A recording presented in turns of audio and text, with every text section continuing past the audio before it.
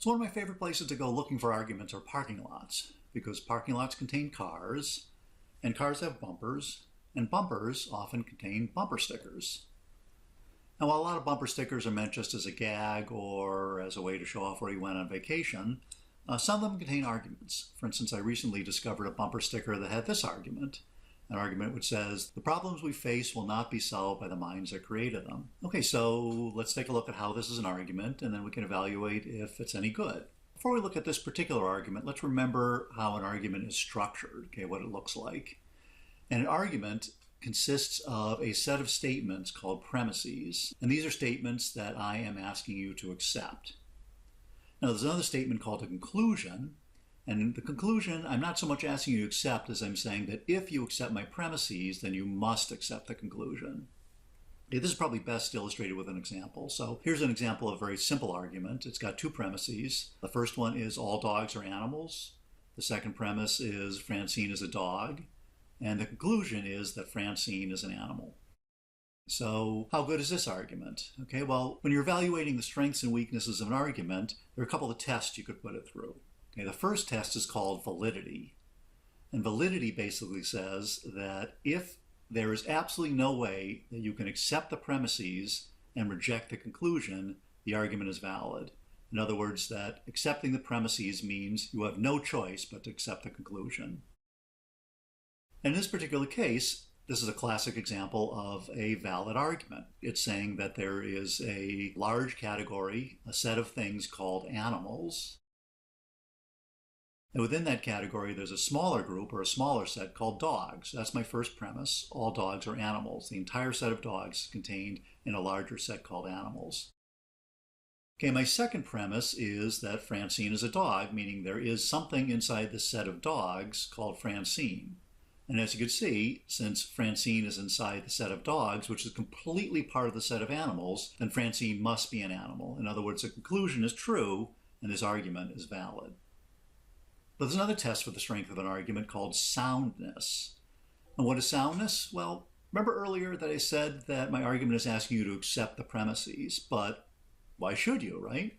One or more of the premises might be wrong or false or nonsensical, or just something a reasonable person might disagree with. And if there's even one premise in an argument that a reasonable person does not have to accept, then the entire argument is unsound. So let's take a look at this argument and see if any premises have problems. Okay, the first premise, all dogs are animals, that seems on pretty safe ground. As long as we're using those words as they would normally be used in a sentence, then all dogs are animals is something that every reasonable person would have to accept. But how about the second premise? Francine is a dog. Well, have you seen Francine? Do you know for sure she's a dog? Or did I just tell you that? But I could be lying to you, right? Francine might be my car, or Francine might be my kid's stuffed animal. And if it's possible to doubt that Francine is a dog, then the entire argument becomes unsound. You know, if Francine is my car, then Francine is not an animal. The conclusion is wrong, and the entire argument is unsound. I should also note that an unsound argument can have a true conclusion. For example, Francine might be my cat. And if Francine is my cat, then Francine is still an animal, meaning the conclusion is true, but the argument is still unsound. Okay, with the notions of how an argument is structured, validity and soundness in mind, let's get back to the original bumper sticker argument. The problems we face will not be solved by the minds that created them. So first thing you'll notice is that this argument is not structured as a set of premises leading to a conclusion. So you have to do a little bit of translation to turn the real world language that appears in the bumper sticker into the structure of an argument. Now, you'll get more chances to practice doing this translation in subsequent lessons, but a couple important principles to keep in mind when you're doing this kind of translation. One is called economy. You should try to translate a real language argument into as few premises as is practical. And the reason for this has to do with soundness. Remember I said before that if an argument has even one problematical premise, then the whole argument might be unsound? Well, the more premises you have, the more chances that one of those premises will be a clunker.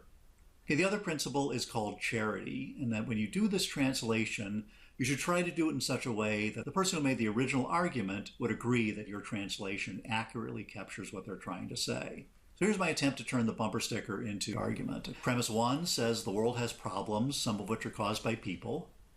Premise 2 says people who created a problem do not possess the proper mindset required to solve that same problem. Premise 3 is a proper mindset is required to solve a problem. And the conclusion is therefore usually marks off that you're about to hear a conclusion, by the way. The conclusion is problems in the world created by people cannot be solved by the same people who created the problem. You'll see here this has 3 premises versus 4, 5, or 10, so the principle of economy was applied when I did this translation. And I'm going to make the claim that somebody who has this bumper sticker on their car would accept that this accurately reflects what they're trying to say. So that being the case, let's check this argument for validity. And I should note here that I actually went out of my way to write this argument in such a way that it would be valid. And I think if you read it through, you'll see that if you accept the premises, if you accept that the world has problems, some of which are caused by people, and you also accept that people who created a problem do not possess the proper mindset required to solve that same problem, and you accept the proper mindset is required to solve a problem, then you really have no choice but to accept the conclusion that problems in the world created by people cannot be solved by the same people who created the problem. So this argument is in fact valid. But is it sound? Well, again, to check soundness, we have to go through each of the premises. And probably the premise that's on the safest ground is the first one. The world has problems, some of which are caused by people. No reasonable person would say the world has no problems or that there are no problems that are caused by people. So this premise is pretty solid. Okay, now the third premise, you can get into a debate over what we mean by a proper mindset. But remember what I said, to prove an argument is unsound, you just need to cast doubt on one of the premises. And I'd say the premise that's probably your biggest target is this one, number 2. People who created a problem do not possess the proper mindset required to solve that same problem. Intuitively, this sounds true, right? If I brought my car in to be repaired and the guy who repaired it broke it, he might be the last person I want to bring the car back to have it fixed. I might just decide he doesn't have the mindset to solve the problem because he's the guy who created it. At the same time, he might be exactly the right person to solve the problem because he both understands auto mechanics and he knows what he did wrong, so he might be able to find the problem more quickly. So when this bumper sticker included the word problem, they probably weren't talking about car repair, they're talking about big problems like pollution and war. But even here, if somebody builds a factory and years later they discover the factory is causing pollution, the engineers who built the factory might be the very people you want to solve the problem because they know exactly how the factory was built. So in that case, the people who caused the problem might have exactly the right mindset to solve that same problem. We could debate these examples back and forth, but I think it's safe to say there's enough reasonable examples that would put the premise into question, which means it's a premise that can be rejected, which means the entire argument is unsound.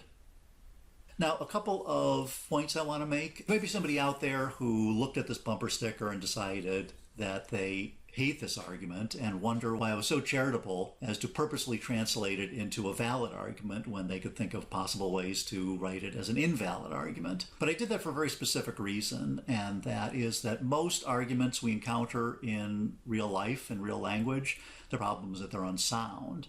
And one of the best ways to expose an unsound argument is to force it into the structure of a valid argument, because that usually forces you to write the premises in such a way as to expose their weaknesses, as happened here.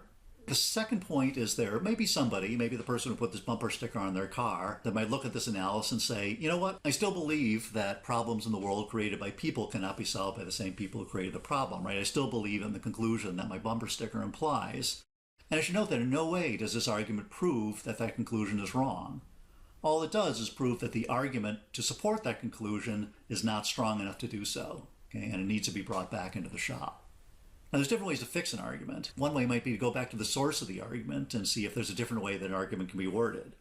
For example, this bumper sticker is a quote, and it's a quote from a fellow named Albert Einstein, somebody who's usually given significant amounts of authority, and later on we'll talk about argumentation from authority. But it's actually not a quote, it's a misquote. The original argument, Einstein said, was, quote, "The significant problems we have cannot be solved at the same level of thinking with which we created them." As you can see, that is a somewhat different sentiment than the one that appeared on the bumper sticker. And I'm going to leave it to you to turn that into an argument and see if that argument is valid and sound.